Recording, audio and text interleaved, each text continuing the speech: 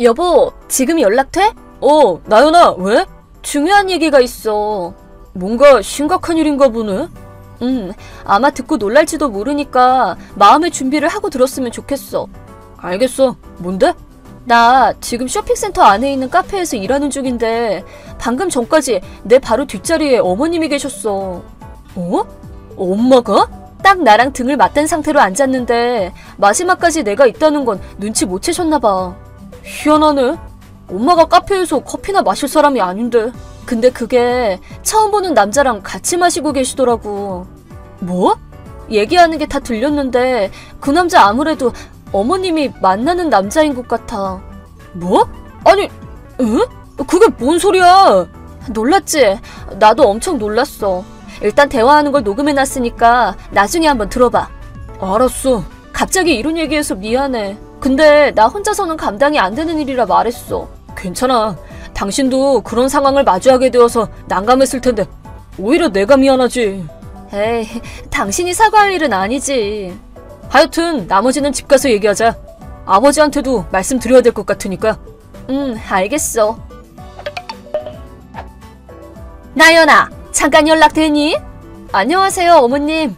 부탁할 게 있어서 연락했다. 네? 무슨 부탁이신데요? 혹시 다음 주 목요일부터 일요일까지 너희 시아버지 좀 챙겨줄 수 있겠니? 아버님을요? 그래, 고등학교 동창회가 다음 주 토요일에 고향에서 열리게 됐는데 나는 내 친정으로 좀 가 있으려고 하거든. 근데 너도 알다시피 내 친정이 멀잖니. 아, 네. 여기서 가려면 기차 타고 한 5시간 정도 걸리는 거리라고 하셨죠? 그래, 맞아. 그래서 아예 거기서 하루 자고 와야 되는 상황이거든? 이왕 이렇게 된 거 오랜만에 고향 가는 거라 천천히 다녀오고 싶어서. 그러시구나. 그래서 목요일부터 가시겠다는 거예요? 뭐, 네 시아버지는 집안일도 혼자 잘해서 오지랖일 수도 있겠지만 그래도 한 번씩 잘 있는지 보러 가주는 것 정도는 부탁하고 싶어서. 아, 그리고 목요일이랑 금요일은 일하니까 그냥 밤에만 보러 가면 돼. 알겠어요. 저는 재택근무하는 입장이라서 시간은 유연하게 조절할 수 있으니까 안심하세요. 그럼 부탁 좀 할게. 네, 알겠어요, 어머님. 여보, 어머님한테 연락 왔어. 아, 진짜? 아무래도 갈 생각이신가 봐. 다음 주 목요일부터 일요일까지래. 그 사이에 아버님 좀 봐달라고 하시더라? 아, 이런 상황에서도 아버지 걱정은 하나 보네. 아니면 뭐 그런 식으로 해서 의심을 피할 생각인 건가? 글쎄, 나는 잘 모르겠지만 어머님이 말씀하시는 동창회가 없다는 사실은 알고 있는 사실이잖아. 당신한테는 조금 힘들지도 모르겠지만. 아니야, 괜찮아. 아버님이랑은 어떻게 할 거야? 같이 밥 먹으러 가서 어머님 얘기한다고 했잖아. 지금 같이 있어. 그 녹음도 들려드렸고. 아버님 반응은 어떠셔? 그게 실은 엄마가 바람 피운다는 사실을 알고 계셨대. 그래? 확실한 증거가 없어서 어떻게 해야 되나 하고 계셨는데 근데 지금 확실히 얘기를 듣고 마음을 정리하게 됐다고 말씀하셔. 그리고 나도 마찬가지고.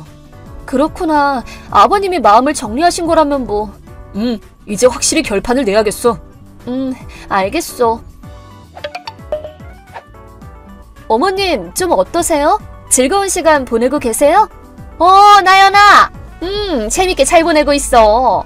친정을 얼마나 오랜만에 와보는지 몰라. 지금은 오빠 명의로 되어 있긴 하지만 아직 우리 아빠도 건강하더라. 역시 나고 자란 집이 최고인 것 같아. 잘 지내시는 것 같아서 다행이네요. 그래서 무슨 일로 연락했니? 아, 죄송해요. 좀 확인할 게 있어서 연락을 드렸어요. 뭔데? 동창회가 내일이라고 하셨죠? 맞아. 고등학교 동창회인데 이건 너한테만 말해주는 건데 내 첫사랑이었던 첫 남자친구도 온다더라. 그래서 살짝 두근거리기도 해. 이건 남편이랑 경태한테는 비밀이다. 어머, 어머님도 참 아직도 철없으시다. 나연이는 같은 여자니까 이런 마음을 알아줄까 싶어서. 글쎄요. 그렇다고 해서 불륜으로 발전하는 사람의 마음까지 이해가 가지는 않네요. 뭐? 혹시나 해서 여쭙는데요. 그 동창회는 어디서 하나요? 말했잖아, 내 고향이라고. 이상하네요. 경태씨가 자기 큰아버지께 물어봤더니 그런 건 없다고 하셨다던데. 헉! 아마 잊은 건 아니시겠지만 그쪽 집에서 세 번째 건물에 사는 분이 어머님이랑 동창이라면서요? 그런데 그분은 아무 얘기도 못 들었다고 하시고 그 외 동창분들한테도 확인해봤더니 다들 모른다고 하셨더라고요. 이게 어떻게 된 건가요? 아니, 어머님, 지금 어디 계세요? 말했잖아, 친정이라고. 이상하네요. 저도 지금 어머님 친정댁에 와 있거든요. 뭐? 가족분들은 어머님이 오신다는 얘기를 전혀 못 들었다고 하시네요. 아니, 저기 실제로 안 계시기도 하고. 그래, 맞네. 내가 친정에 간다고 연락한다는 걸 깜빡했네. 어머, 그러세요? 지금 잠깐 근처 관광지 와서 구경 중이야. 나도 정신없이 움직이느라 이것저것 까먹고 그랬어. 나 때문에 놀랐나 보구나? 미안하다. 그러니까 내가 불륜을 하고 있다는 둥 이상한 소리는 하지 마렴. 아, 네. 아무리 친정이라고 해도 갑자기 들리는 건 좀 민폐니까 오늘은 호텔에서 하루 자고 가마. 미안한데 네가 대신 그렇게 좀 전해주렴. 저기 어머님. 왜? 애초에 제가 왜 어머님 친정댁에 와 있는 건지 궁금하지 않으세요? 글쎄, 그건. 게다가 동창회가 왜 안 열리는 건지에 대해서도 아직 설명을 제대로 안 해주셨잖아요. 아니, 나연아! 이제부터 경태씨가 어머님이랑 대신 얘기하겠다고 하네요. 경태가? 설마 경태도 같이 있니? 네, 같이 있어요. 아니, 대체 이게 뭐야? 그럼 경태씨한테 연락하라고 할게요. 엄마! 경태야! 아까부터 나연이가 이상한 소리를 하네. 엄마 불륜 상대 이름이 영호라고 하는 사람이지?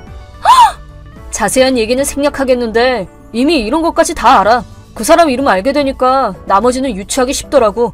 영호라는 사람이 나연이랑 카톡할 때 말한 첫사랑의 첫 남자친구였다는 그 사람이지? 엄마랑 그 아저씨가 다시 만난 건 5년 전의 동창이었고 그 아저씨가 아내분이랑 이혼했다는 사실을 듣고 엄마가 먼저 대시해서 하룻밤을 같이 보낸 게 시작이었지? 그 후에 엄마한테 빠진 그 아저씨가 엄마가 지금 살고 있는 동네로 이사왔고 그런 열정을 보고 엄마도 아버지가 정년퇴직하는 시기를 봐서 이혼하기로 결심했겠지. 어떤 이유든 다 갖다 붙여서 엄마 유책이 되지 않도록 이혼하고 아버지 퇴직금을 재산 분할로 받아서 그 아저씨랑 결혼할 속셈이었던 거야. 경태야! 어디 틀린 곳이 있으면 말해봐. 참고로 이건 그저 내 억측이 아니야. 아니, 왜? 엄마, 얼마 전에 쇼핑센터에 있던 카페에서 영호 씨랑 커피 마셨지? 그때 엄마 바로 뒤에 엄마를 아는 사람이 앉아 있었어. 뭐? 그 사람이 엄마가 희죽거리면서 떠든 그 사람과의 재회야. 지금까지 얘기부터 아버지 퇴직금을 노리고 있다는 사실까지 전부 녹음해서 우리한테 증거로 들려줬어. 그걸 기반으로 조사해서 여기까지 오게 된 거야. 아니, 녹음이라니? 대체 누가 그랬는데? 말해줄 생각 없어. 참고로 다음 주에 있을 아버지 정년퇴직 말인데 엄마가 기대하고 있는 퇴직금은 매달 들어오는 월급과는 다른 계좌로 들어올 예정이니까 엄마는 손도 못 댄다. 뭐? 아버지가 감히 그랬다고 하더라고. 엄마를 막 경계했던 건 아니지만 뭔가 쎄해서 다른 계좌로 지정해뒀더니 결과가 이렇게 됐다고 하더라. 말도 안 돼. 아, 그리고 하나 더 있다. 아버지는 엄마가 원하는 대로 이혼해 주시겠대. 뭐? 보니까 엄마가 이름이랑 사인까지 다 해놓은 이혼 서류를 화장대 서랍에 넣어놨더만. 아니, 그걸 어떻게 알았어? 엄마 짐 정리할 때 찾았거든. 내 짐이라니? 아버지가 이렇게 전해달래. 나이 먹고 왜 이러는 건지 몰라. 외도나 하고 다니는 와이프는 필요 없어. 이미 이혼 서류도 다 써놨길래 내가 법원에 내고 왔어. 다만 위자료는 당신이랑 그 남자한테 확실하게 청구할 테니까 그렇게 알아. 이상. 아니, 잠깐만. 그래서 엄마 짐은 외할아버지 댁에 다 갖다 놨어. 뭐? 트럭 빌려서 나랑 나연이랑 일일이 옮겨다 놓은 거야. 아니, 그게 뭐 하는 거야? 뭐냐니. 이혼할 건데 이제 엄마는 다시 집으로 가야지 뭐. 그 집은 아버지 명의잖아. 왜 니네 맘대로 그래? 맘대로? 어딜 봐서. 엄마야말로 혼자 열심히 이혼 준비하고 있었잖아. 아버지는 엄마 뜻을 존중해줬을 뿐이야. 문제될 건 없지 않아? 아니, 그게 아니라. 일단 앞으로는 변호사를 통해서 얘기를 하자고 하더라. 변호사? 나랑 나연이도 앞으로는 엄마랑 연락하는 일은 없을 거야. 잠깐만, 경태야! 시어머니는 자신의 친정보다는 살짝 가까운 관광지에서 불륜 상대와 여행 중이었는지 그 대화를 나눈 지 2시간 후에는 시아버지가 계신 집에 찾아와서 소리를 지르며 초인종을 연신 누르셨습니다. 시아버지가 완전히 무시했더니 이번에는 저와 남편이 사는 집에 찾아가셨다고 합니다. 다만 저희는 돌아가는 길에 타 지역에서 하루를 보냈기 때문에 딱히 마주치는 일은 없었습니다. 그리고 시어머니는 시아버지께 위자료를 낸 탓에 노후 자금을 싹 다 잃은 불륜 상대에게 네 탓이야 라는 소리를 듣고 그 관계 역시 끝났습니다. 친정으로 돌아가기에도 이미 사실이 알려진 탓에 수치스럽고 결국 조금 떨어진 낡은 원룸에서 시아버지께 지급할 위자료를 벌기 위해 열심히 일하고 계십니다. 지금까지 쭉 전업주부로 살아오신 시어머니는 아마 자신의 노후가 죽어라 일만 하게 될 운명이었다는 것은 상상도 못하셨겠죠. 안녕하세요, 구독자 여러분. 구독과 좋아요는 채널 운영에 큰 힘이 됩니다. 안녕하세요. 저는 서울에서 작은 공방과 함께 카페를 운영하는 45살 여성입니다. 작은 공방은 손뜨개질, 자수 등 손으로 무언가를 만드는 취미를 살려 작게 운영 중에 있어요. 쌍둥이 남매들이 대학 새내기들이라 제가 집에 혼자 있는 시간이 많은데 그럴 때마다 늘 사연을 챙겨 듣고 있습니다. 아이들이 어렸을 때야 이런저런 이야기도 많이 주고받고 왁자지껄 시끄러웠지만 성인이 되고 각자 살기 바빠지니 저 혼자 있는 시간이 많아지더라고요. 최근에 저와 비슷한 상황을 겪은 분의 사연을 접했는데 이참에 저도 용기 내서 제 이야기를 해보고자 합니다. 평소 잘 챙겨 듣는 채널이라 익명이기도 하고 오늘만큼은 허심탄회하게 털어놔 보려고요. 저는 10년 전 아이들이 초등학교 3학년이던 해 남편과 이혼했습니다. 그것도 아주 더럽게요. 제 인생의 전부라고 믿었던 남편이 다른 여자와 함께한다는 사실을 알았을 땐 속이 뒤집히다 못해 죽을 것만 같았는데 아이들이 있으니 어떻게든 버티게 되더라고요. 지금이야 그땐 그랬느냐고 하며 웃어넘기곤 하지만 아빠 없이 잘 커준 아이들을 바라볼 때면 문득문득 생각나곤 하답니다. 어떤 사연인지 지금 바로 시작하도록 할게요. 이야기의 시작은 20년 전으로 거슬러 올라갑니다. 아버님, 여보, 오늘도 늦으세요? 저녁 준비 다 됐는데 아직 안 오셔서요. 나는 1시간 정도 더 있어야 할 것 같은데? 아직 일 마무리가 덜 됐어. 마무리하고 퇴근해도 시간 좀 걸리겠어.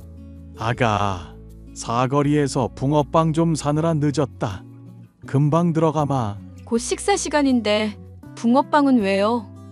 아가씨들이랑 도련님 또 밥 안 먹는다니까요. 내가 마음이 편치 않구나.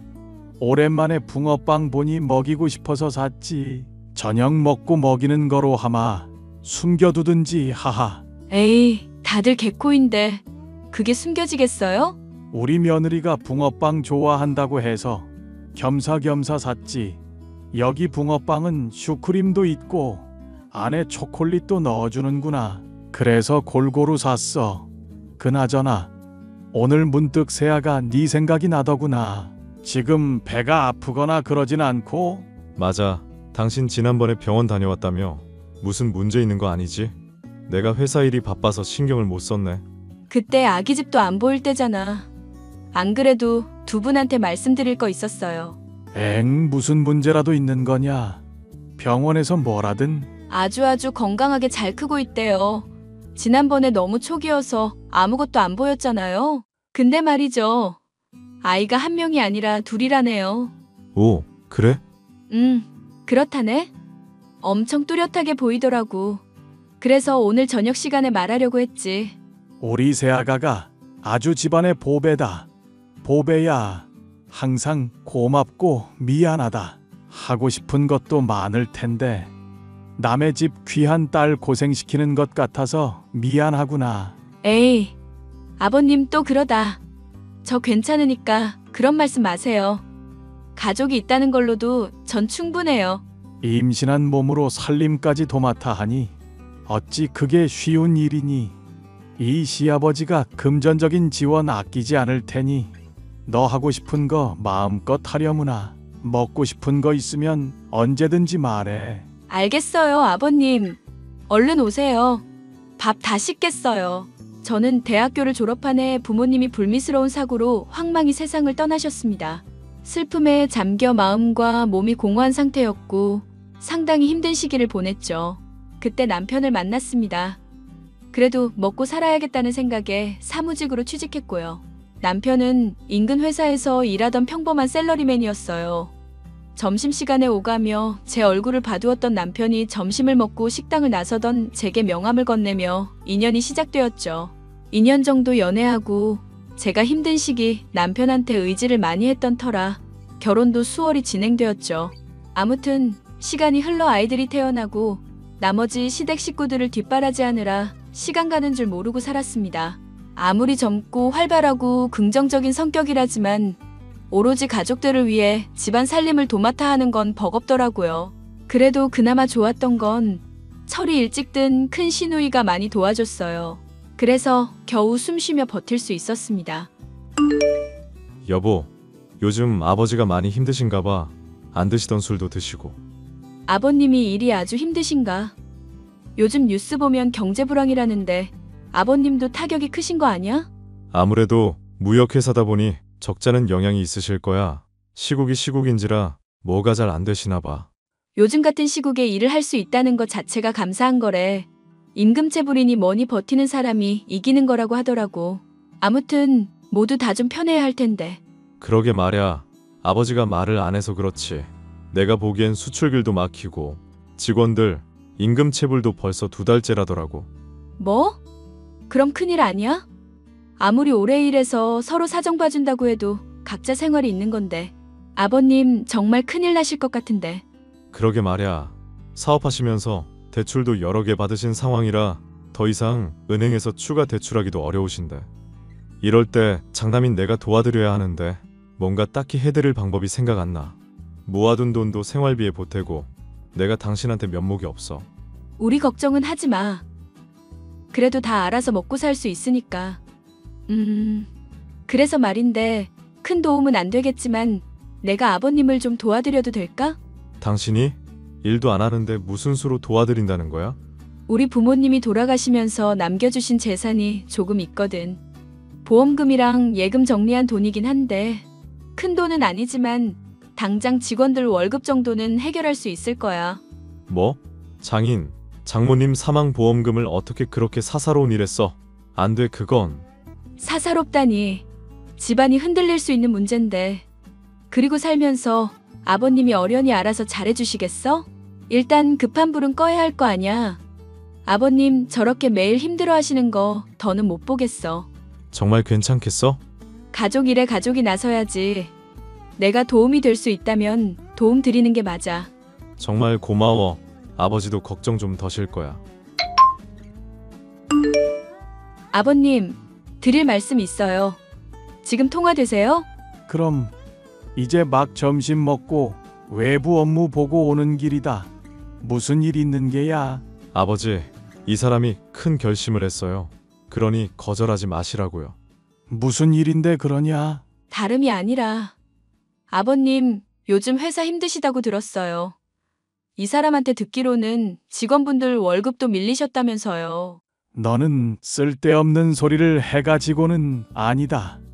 새아가, 네가 신경 쓸 일이 아니야. 회사 사정도 중요한 거잖아요. 매달 생활비는 생활비대로.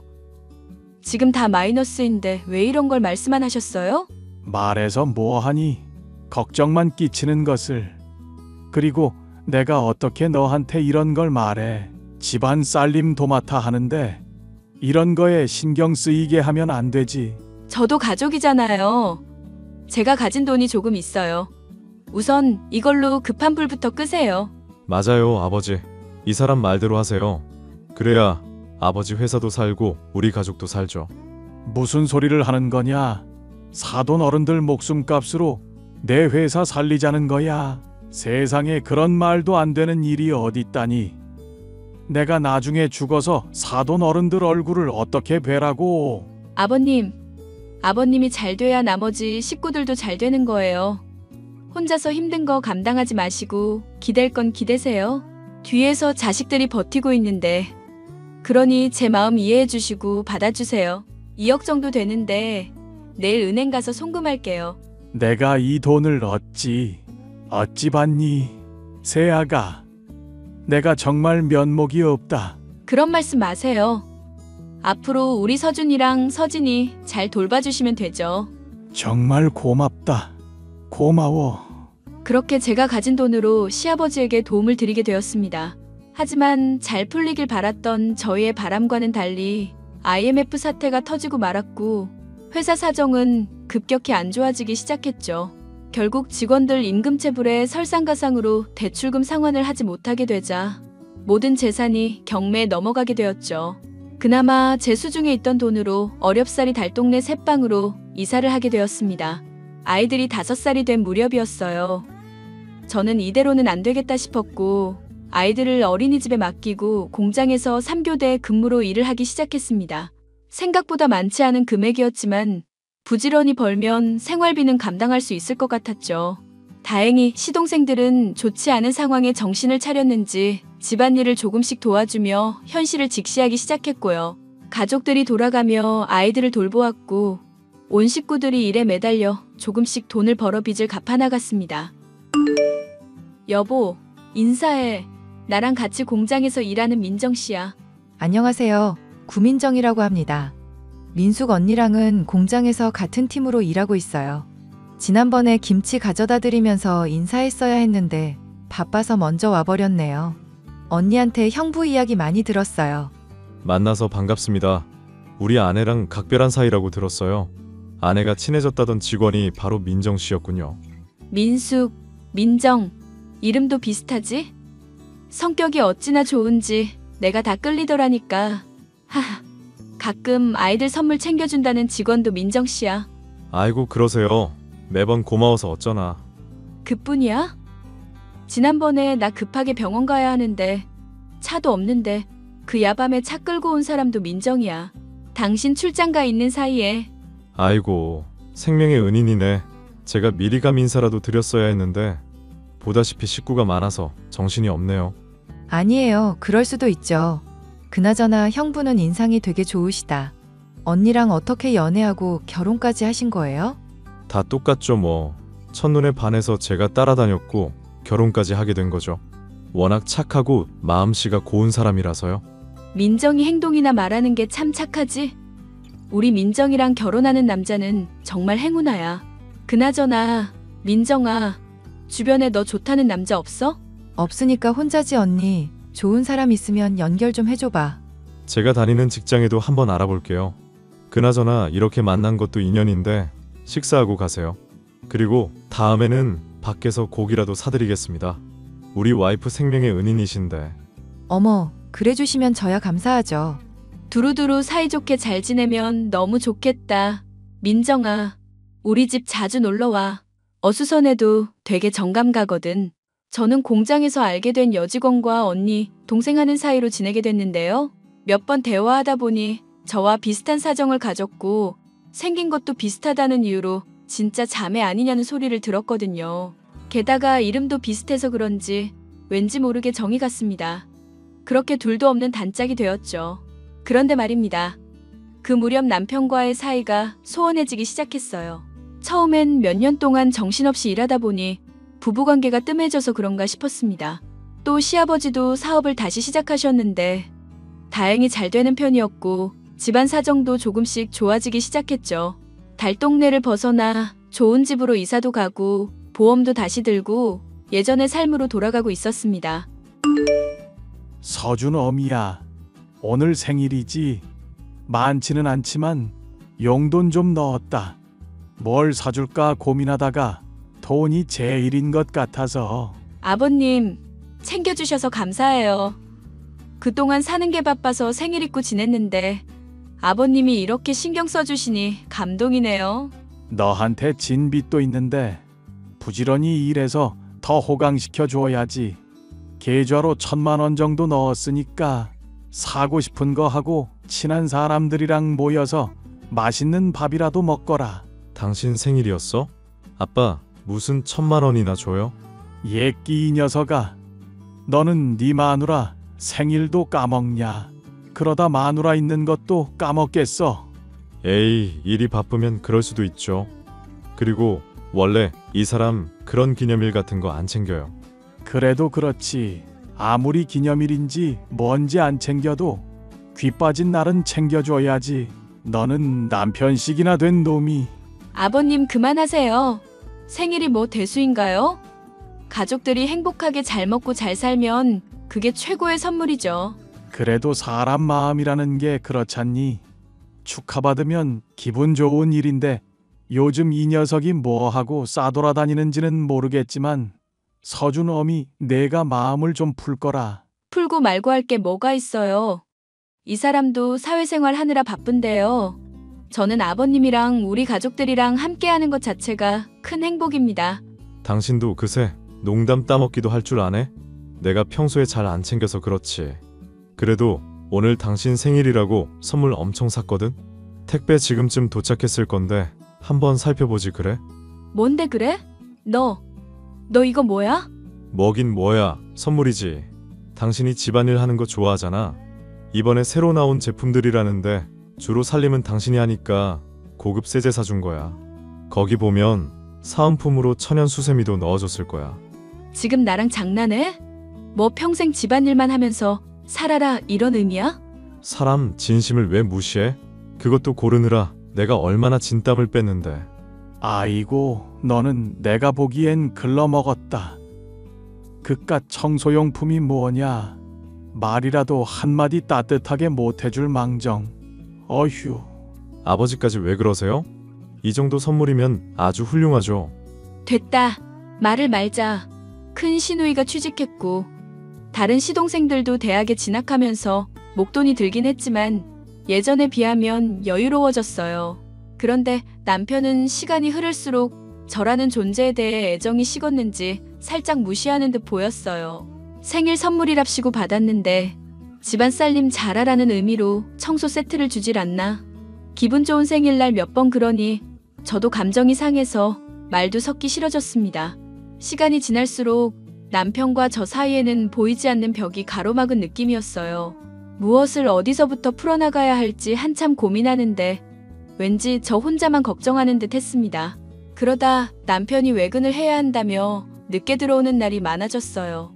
어느 날은 술에 잔뜩 취해 들어왔는데 휴대전화가 자꾸 울리길래 누군가 하고 휴대전화를 보게 되었어요.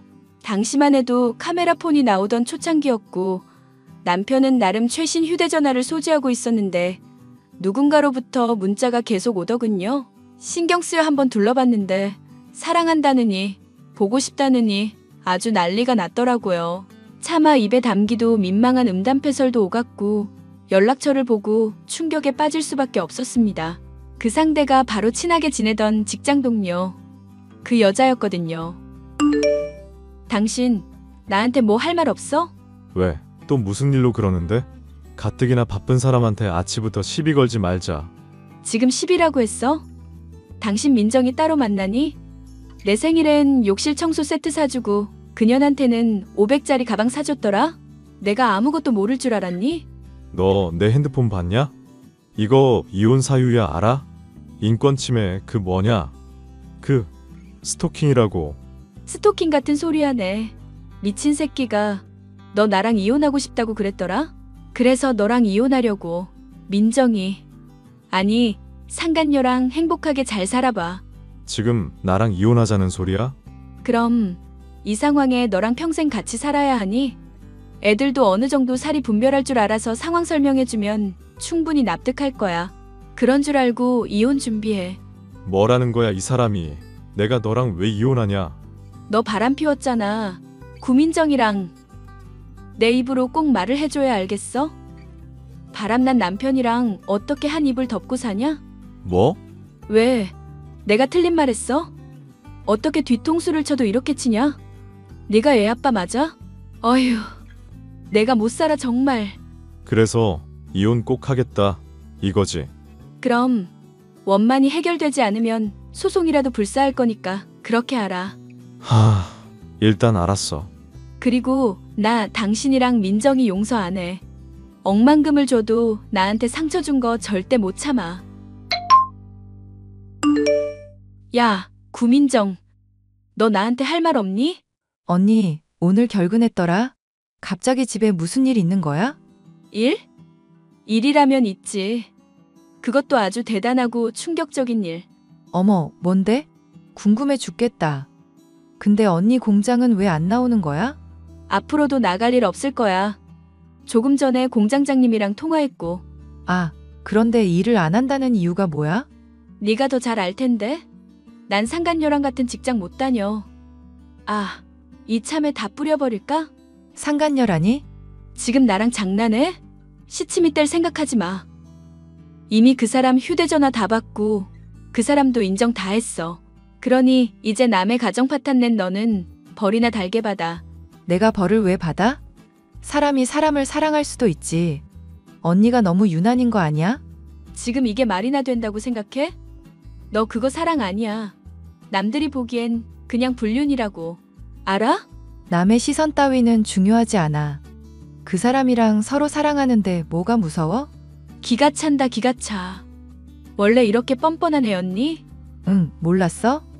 오빠랑 나랑 이미 갈 때까지 갔거든? 그러니 빨리 이혼해. 그래야 내가 오빠랑 새 출발을 하지. 안 그래도 이혼할 거였어. 네가 좋다고 물고 빨고 한 남자. 뭐 있어 보이지? 근데 어쩌나 그가 가진 건 모두 허영심인 것을. 그게 무슨 소리야? 언니 이혼하면 완전 깡통 차는 거 아니야? 깡통은 네 남자친구가 차겠죠? 아무튼 이혼해 줄 테니까 둘이 잘 먹고 잘 살아봐. 아주 끼리끼리 대단한 사랑하는 중인가 봐? 빈정대지 마. 이왕 이렇게 된 거 잘잘못을 따지자면 언니가 제일 잘못했지. 그날 형부한테 나 소개해준 게 언니 장본인이잖아. 그래, 그랬던 내가 미친년이다. 그런데 왜 나한테 성질을 내? 언니가 자초한 일이면 언니가 감당해야지. 우리 서로 다시는 보지 말자. 그래, 내가 기다리던 대답이야. 며칠 뒤 주말에 남편이 자리를 비운 틈을 타 온 가족들을 불러 모아놓고 이혼 소식을 알렸습니다. 큰 시누이를 비롯한 시동생들은 기가 막혀 했고 남편 욕을 한참이나 하더라고요. 그래놓고 좀 진정이 됐는지 그동안 엄마처럼 잘 챙겨줘서 고맙고 미안했다며 사과도 했습니다. 시아버지도 저에게 상당히 미안해 하시더라고요. 도와주지 못했다며 한참이나 울먹거리시더라고요. 새아가, 이 돈 받아주렴. 내가 그냥은 못 보내겠다. 아버님, 이게 도대체 뭐예요? 사업하시는 분이 이렇게 돈을 막 쓰셔도 돼요? 아직 시동생들 대학 졸업도 안 했는데. 그리고 제가 이걸 왜 받아요? 줄만하니까 주지. 돈 아니었으면 지금의 회사도 없었다. 더군다나 후계자도 없으니 당분간 나한테 경영 수업이라도 받는 게 어떻겠니? 갑작스레요? 그건 생각을 좀 해봐야 할 것 같아요. 그렇지. 어떻게 할지 정하지를 않았으니 어찌되었든 간에 이 돈을 내가 받아줬으면 좋겠다. 1, 10, 100, 1000만, 10만. 억? 10억? 아버님이 이렇게 큰 돈이 어디 쓰시다고. 내가 고민했는데 바람 피우면서 재산 축내는 새끼보다는 우리 며느리 같은 사람에게 돈을 주고 싶더라. 가족들도 잘 돌보고 어린 나이에 고생한 거 다 안다. 지금까지 고생만 했는데 이제라도 이거 받아서 편하게 살려무나. 그래야 나도 나중에 돌아가신 사돈 어른들 뵙지. 이 돈 받을 수 없어요. 아버님 사업자금에 보태 쓰시던가 도련님 아가씨들 학비에 보태세요. 아무리 생각해도 이건 아닌 것 같아요. 너 어차피 이혼하면 재산 분할도 해야 하잖니. 난 도저히 괘씸해서 그 자식한테 못 물려준다. 내가 사업 나아지면서 조금씩 모아둔 돈인데 그냥 너한테 주려고. 다른 아이들은 차차 또 모아서 주면 된다. 아버님 정말 끝까지 너무하세요. 이러면 제가 마음이 약해지잖아요. 지금껏 치열하게 살아온 거 누구보다 내가 더 잘 안다. 그러니 유산 상속받는다 생각하고 받아줘. 아이들 키우다 보면 들어가는 돈도 한두 푼이 아닌데 이렇게라도 내가 도와줘야 하지 않겠니? 우리 손주들 양육비라 생각하렴. 아버님 정말 감사합니다. 이런 모습 보여드려서 죄송해요. 아니다. 이렇게라도 할 수 있음에 감사하지. 돌아가신 사돈 어른들 뵐 면목도 생기고 너는 내 며느리지만 딸이나 다름없어. 그동안 고생 많았고 앞으로는 하고 싶은 거 하면서 살 거라. 알겠지? 저는 시아버지에게 10억 정도 재산을 물려받았고 이혼 소송에서 승소했어요. 남편이 원만한 합의는 해주지 않을 거라 예상했었고 곧바로 변호사 선임해서 소송 걸었습니다. 가족들이 나서서 증언도 해주고 증거도 워낙 빼도 박도 못하였던지라 저에게 유리하게 흘러가 수월하게 승소할 수 있었죠. 남편은 제가 시아버지에게 받은 재산 분할해야겠다며 소송을 건다고 난리였습니다. 하지만 화가 머리끝까지 난 시아버지가 남편을 손에 잡히는 대로 마구 때리시더라고요.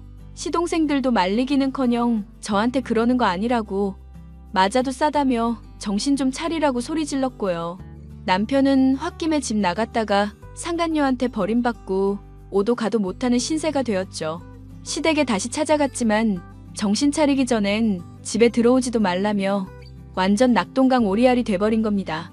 그 뒤로는 별다른 소식을 듣진 못했어요. 양심이 있는지 정말 쥐 죽은 듯이 살더라고요. 종종 큰 시누이와 아버님이 아이들 보고 싶다며 연락해 오시는 거 말고는 시댁 식구들과 연락도 하지 않습니다. 저는 이혼하고 1년 정도 후에 지금의 동네로 이사를 왔고 가게를 차렸어요. 아이들 돌보면서 가게 운영하는 게 쉬운 일은 아니었지만 자리 잡고 나름 입소문도 난 그런 곳이 되었습니다. 여자 혼자 아이들 키우며 밥벌이 하기엔 딱 맞더라고요. 제가 하고 싶은 일 하면서 지금까지 잘 살아오고 있습니다.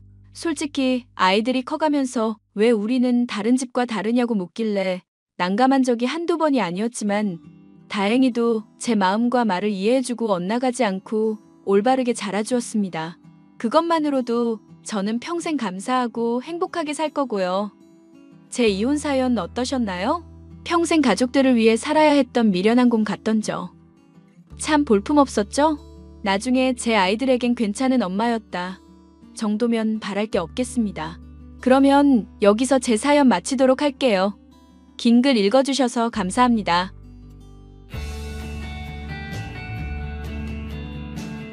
안녕하세요, 구독자 여러분. 구독과 좋아요는 채널 운영에 큰 힘이 됩니다. 안녕하세요.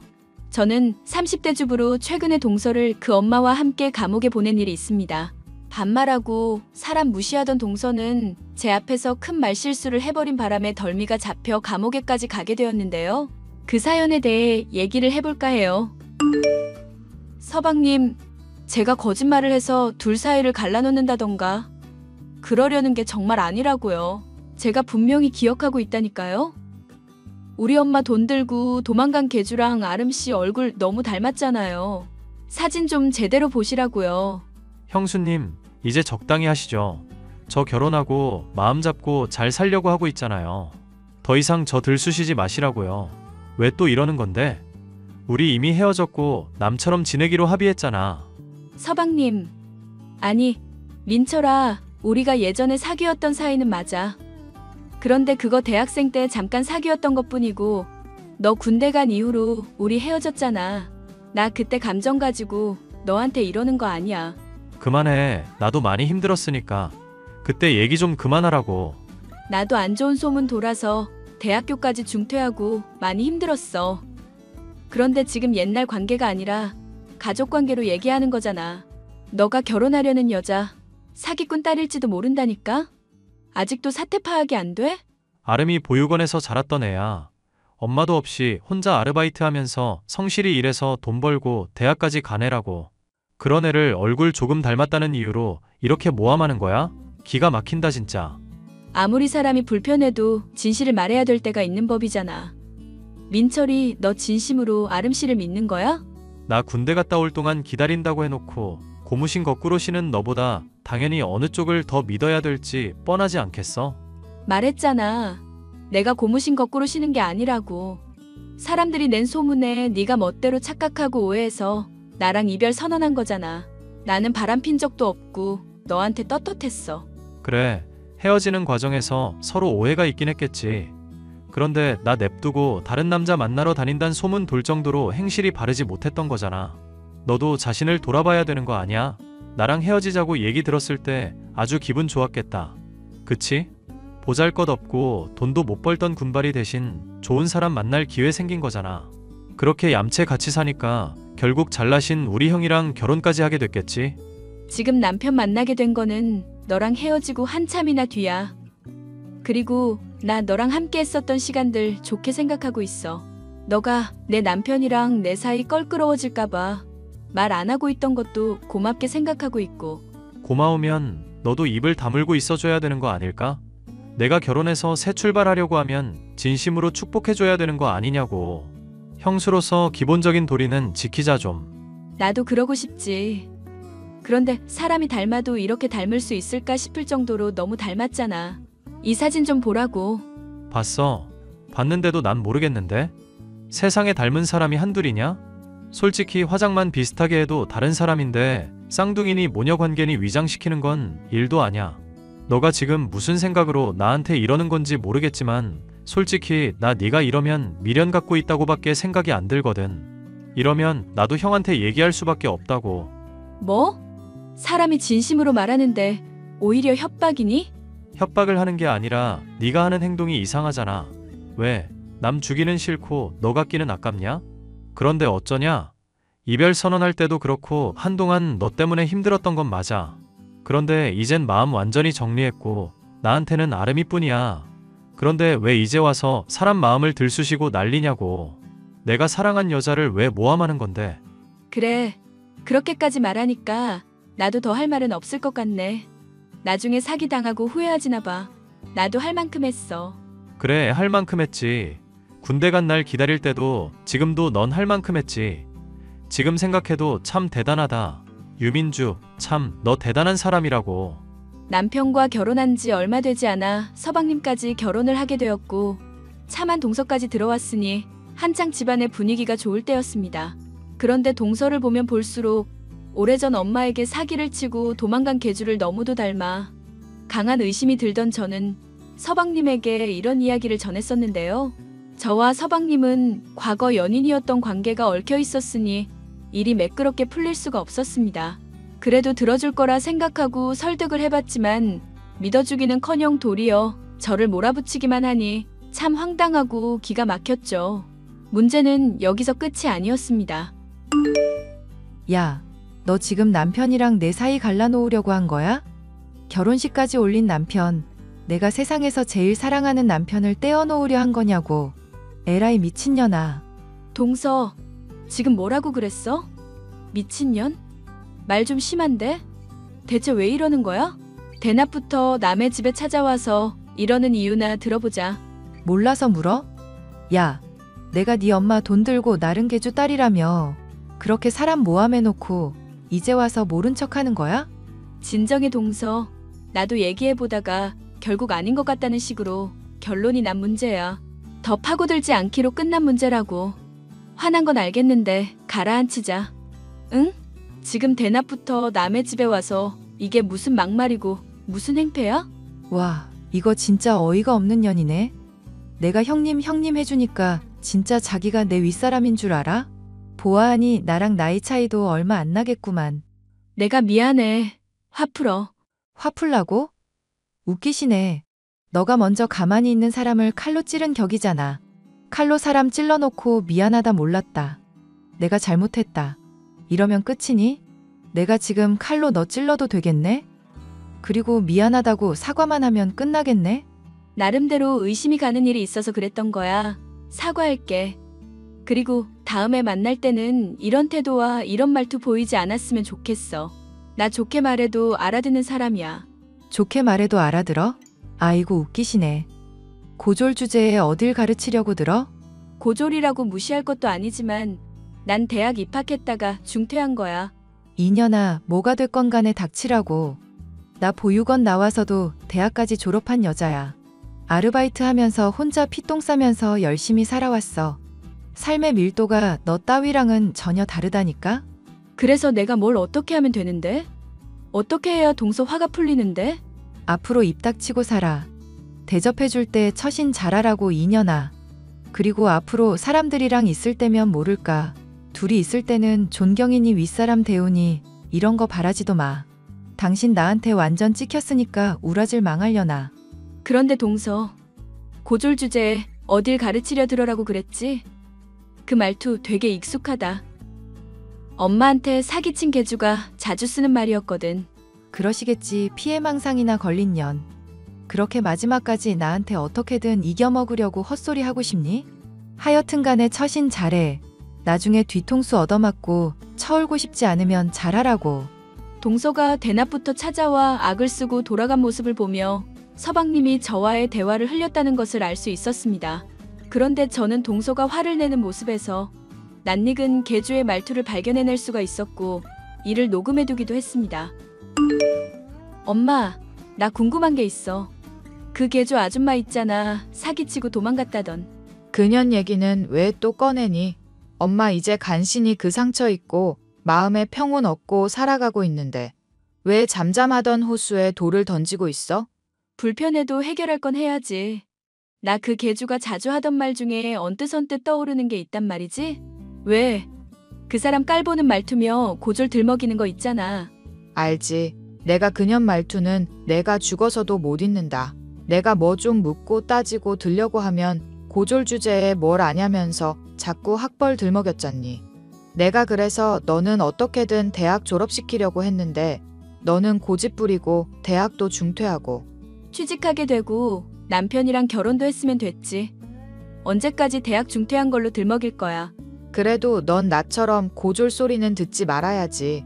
어휴, 내가 그것만 생각하면 아주 분통이 터진다. 그래서 하고 싶은 말이 뭔데? 명상하면서 마음 달래고 있었는데 너 때문에 다 깨졌구나. 요즘 마음 수련이니 명상이니 해도 결국 옛날에 있었던 기억들 못 떨친 거잖아. 그 문제 나랑 한번 같이 파헤쳐보자. 나 정말 느낌이 와서 그래. 그러니까 얼른 본론을 말해보라고. 대체 무슨 느낌이 왔다는 거니? 서방님이랑 결혼한 내 동서 있잖아. 손아랫 동서. 뭔가 왠지 인상이 마음에 안 든다던? 보다 보니까 낯익은 얼굴이라서 내가 사진까지 가지고 왔어. 녹음도 해뒀는데 곱씹을수록 도망간 개주랑 말투까지 아주 빼다 박았다니까? 사진은 여기 찍어놨고 목소리도 녹음해놨어. 엄마가 한번 들어보고 판단을 해봐. 어때? 비슷하지? 듣기에는 언뜻 닮았고 생긴 것도 많이 닮았구나. 본인 입으로는 보육원 출신이라고 하는데 내가 보기에는 아무래도 그것도 거짓말인 것 같거든. 엄마 주변에 흥신소라든가 뭐 이런 쪽에 일하는 사람 없을까? 그런 사람들한테 부탁해서 한번 파보자고. 일단 조금만 더 살펴보자. 조용히 하고 있어보거라 좀. 처음에는 시큰둥하던 엄마였지만 녹음된 것이며 사진을 보면 볼수록 확신을 갖게 되었는데요. 닮은 얼굴이며 목소리며 말투며 사나운 성질까지 아주 복제품을 보는 것 같다는 것이 저희의 결론이었죠. 나도 어지간하면 그냥 이 문제 덮고 넘어가려고 했어. 그런데 아무래도 걱정이 되네. 진짜 사기꾼이면 큰일이잖아. 네 서방님인가 뭔가가 진짜 네 과거 애인이라서 그런 거니? 미안하니 어쩌니 그러더니 설마 너 무슨 이상한 생각하는 거 아니지? 까딱 잘못하다간 불륜 드라마 찍을 일 생긴다. 불륜 드라마를 찍으려는 게 아니라 사기꾼인지 아닌지 밝히고 우리 돈도 찾을 수 있으면 찾겠다는 거지. 내가 살짝 찌르기만 했는데 이렇게 발끈해서 찾아와서 화까지 내는 거 보면 너무 수상하잖아. 엄마가 듣기에도 닮은 구석이 한둘이 아니라며. 이거 파볼 만한 가치 있을 것 같지 않아? 파본다고 해도 뭐가 나올 수 있을지나 모르겠다. 사기치는 것들은 원래 꼬리를 잘 안 밟히잖니. 엄마가 요즘 그 문제 있고 살고 싶어 하는 거 알겠어. 그런데 이런 기회에도 가만히 있다가 나중에 후회할지도 몰라. 그래, 엄마가 용기를 내봐야겠구나. 너는 그러면 가만히 있거라. 내가 알아서 어떻게든 해볼 테니 부탁할게. 고마워, 엄마. 사실 나도 중간에 끼어서 조금 애매한 처지였는데 엄마가 나서준다니 힘이 된다. 엄마가 맡겨보라며 나섰지만 흥신소까지 나서서 파내어도 동서에 대한 진상은 좀처럼 밝혀지지 않았는데요. 좀처럼 꼬리가 밟히지 않는 동서. 결국 이 문제에 대해서 해결을 할 수 있는 것은 서방님밖에는 없다는 생각이 들었습니다. 하지만 여전히 서방님은 제 이야기를 들으려고도 하지 않았죠. 서방님, 엄마한테 사진 보여주고 목소리도 들려줬어요. 그랬더니 모녀 관계인 거 확실한 것 같다고 그랬고요.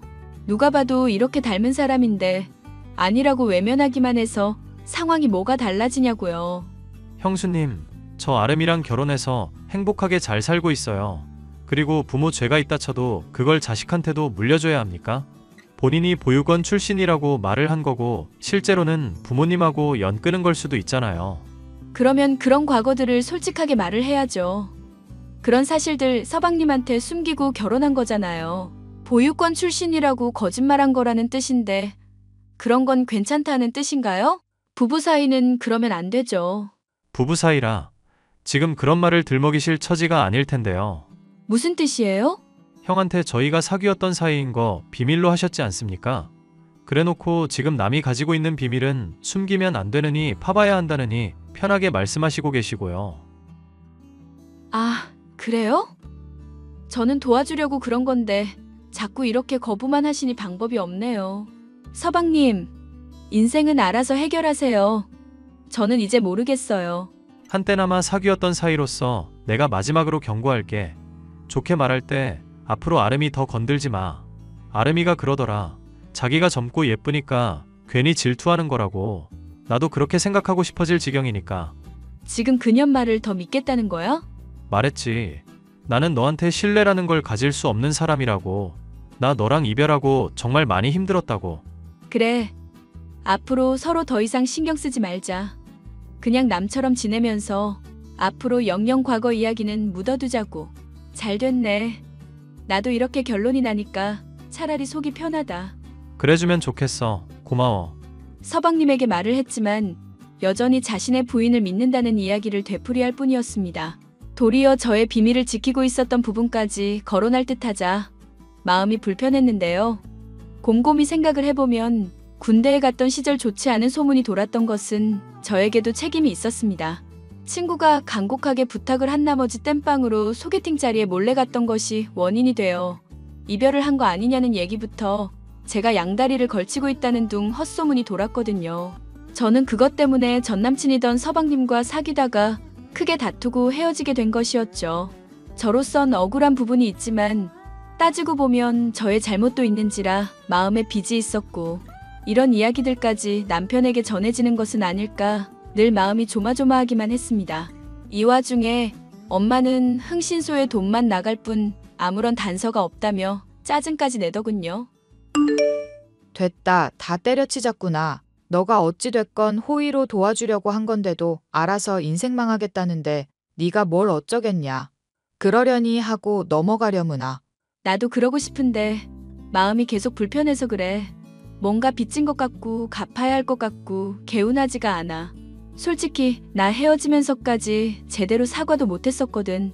헤어진 마당에 그런 얘기를 이제 와서 해서 뭐하니? 다 때려치자. 어차피 그 아름이라는 년 파보니까 보육원 출신이 아닌 것 말고는 건진 것도 없구나. 뭐라도 좀 나온 거야? 말했잖니. 보육원 출신이 아니라는 거 외에는 뭐 나온 게 없다. 그나마 이건 확실한 증거라지만 얘기하는 거 보면 이걸 들이민다고 뭐 어떻게 해결이 될 것 같지도 않고. 흥신소 직원이 돈만 받고 제대로 일 안 한 거 아니야? 그런 경우도 많다던데. 이것도 힘들게 알아낸 거라는데 뭐라고 하겠니. 영화나 드라마처럼 마냥 쉽게 되는 일은 아니라는구나. 게다가 인연이 이상할 정도로 조심성이 많아서 뭐 건져 올려지는 게 없었다더구나. 조심성이 많았다고? 대체 어느 정도로? 택배 같은 거 받거나 붙일 때도 본인이 아니라 남편 이름으로만 한다고 그러더구나. 남편 외에는 아무 전화도 안 받으려고 그러고 또 뭐더라. 하여튼 수상하다고 생각하면 수상한 게 한두 가지가 아니라던데. 그렇단 말이지. 정말 수상하기는 하네. 개주년 잡아서 이 엄마 돈 찾아준다는 일도 이제 그냥 잊자꾸나. 더 이 일에 시간 쓰다간 마음만 힘들고 흥신소 직원만 배부르게 생겼어. 그냥 남편한테 얘기를 해볼까 싶네. 이년아 정신 차려. 절대 네 남편 귀에는 들어가게 해선 안 된다. 괜히 그랬다가 이혼하고 내 인생도 망하는 거야. 무슨 말인지 아니? 네 서방님이라는 것부터 어떻게 둘이 이야기를 하게 됐냐는 둥 꼬치꼬치 알아내려 될 텐데 그거 어떻게 감당하려고? 엄마의 주의를 듣자 더더욱 누군가에게 비밀을 감추고 사는 것이 정말이지 힘든 일이구나 싶었습니다. 저는 이 문제에 대해 계속 고민을 하다 결국 남편에게 모든 사실을 털어놓았죠. 잠자코 듣고 있던 남편은 사실대로 모든 걸 말해줘서 고맙다며 제가 모르던 얘기를 꺼내더라고요. 그동안 서방님과 제가 서로를 대하는 모습이 이상해서 나름대로 알아본 결과 과거 저와 서방님이 사귀었다는 사실을 알게 됐다는 남편. 제가 이 사실을 끝까지 숨겼으면 크게 실망했을 거라며 솔직히 말해줘서 고맙다고까지 하더라고요. 누구에게나 비밀은 있는 법이라는 생각이 들었습니다. 형수, 형한테 말했다면서요? 우리 사귀었던 것부터 무슨 일 있었는지까지 싹 다. 어쩌겠어요. 남편도 이 문제를 알아야 고집불통인 서방님을 설득하든지 하죠. 과거에 사로잡혀서 여전히 미련 갖고 있었던 건 저였던가 봅니다. 그래요. 따지고 보면 형수 말 틀린 거 하나도 없는데 제가 괜히 억지를 부렸네요. 그리고 형한테 얘기 들었어요. 형도 조사해보니까 대학교에 돌던 헛소문 때문에 형수가 많이 힘들었다고 그러더라고요. 그동안 괜히 오해하고 의심하고 있어서 죄송했습니다. 저도 많이 고민하고 걱정했어요. 그래도 불편한 문제들이라고 마냥 방치만 하고 있어서는 안 되겠다 싶더라고요. 서방님과의 관계도 그렇고 제가 품고 있었던 비밀도 그렇고 언제까지고 이렇게 빚진 듯한 불편한 기분으로 살고 싶지 않았어요. 서방님도 그랬으면 좋겠고요. 형수가 그렇게 말해주니 나도 마음이 편하네.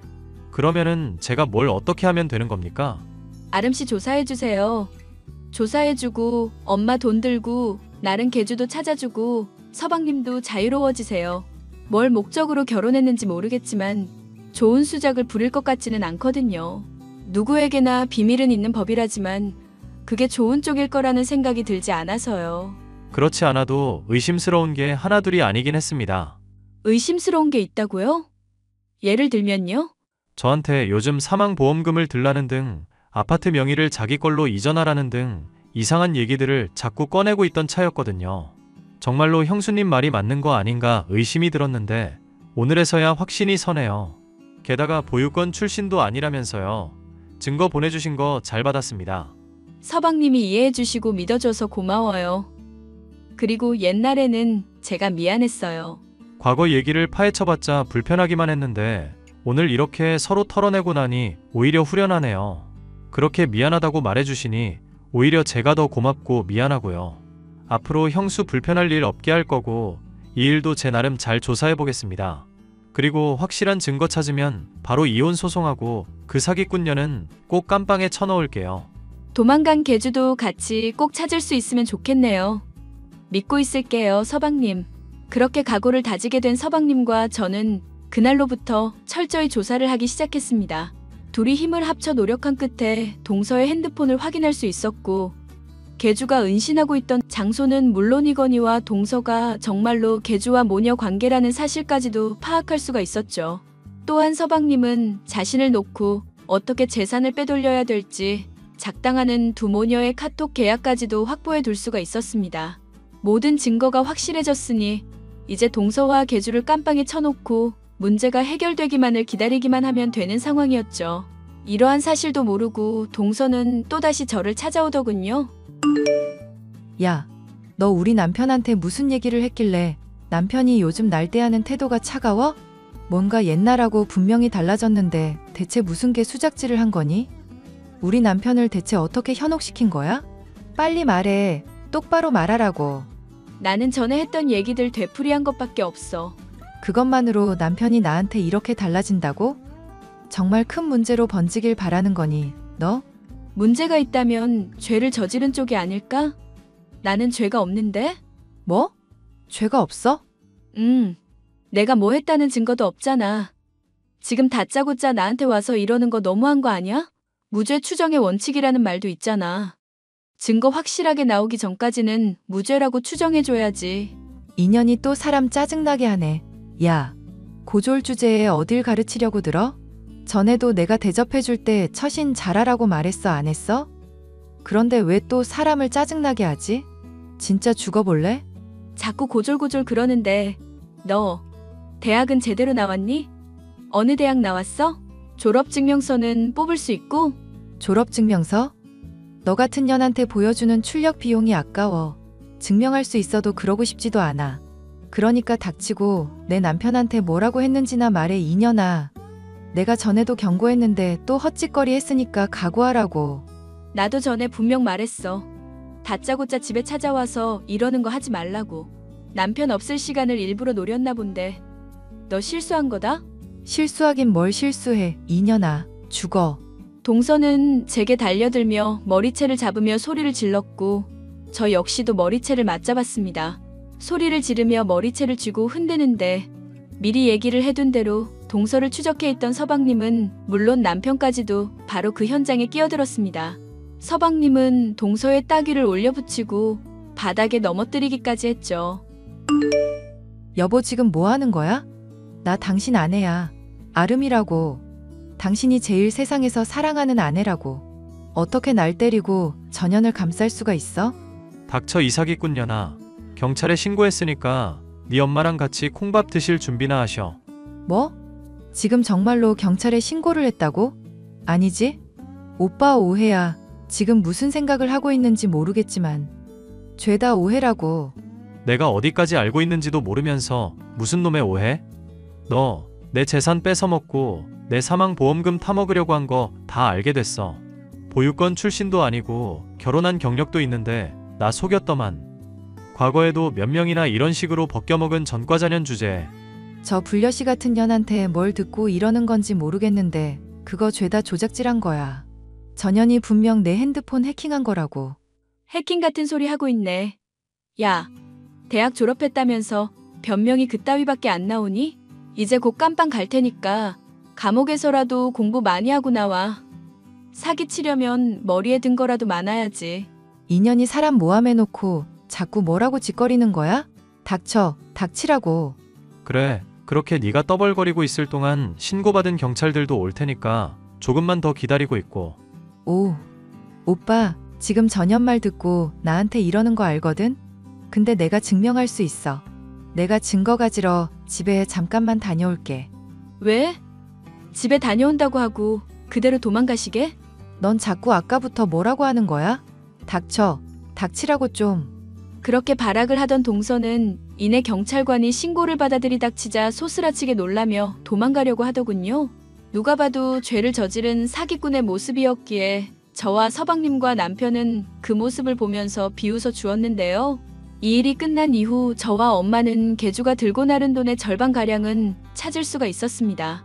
모든 재산을 찾지는 못했지만 그래도 어느 정도 회복을 한 데다 사기꾼 모녀를 감방에 쳐놓을 수 있으니 나름대로 만족스러운 결말이었는데요.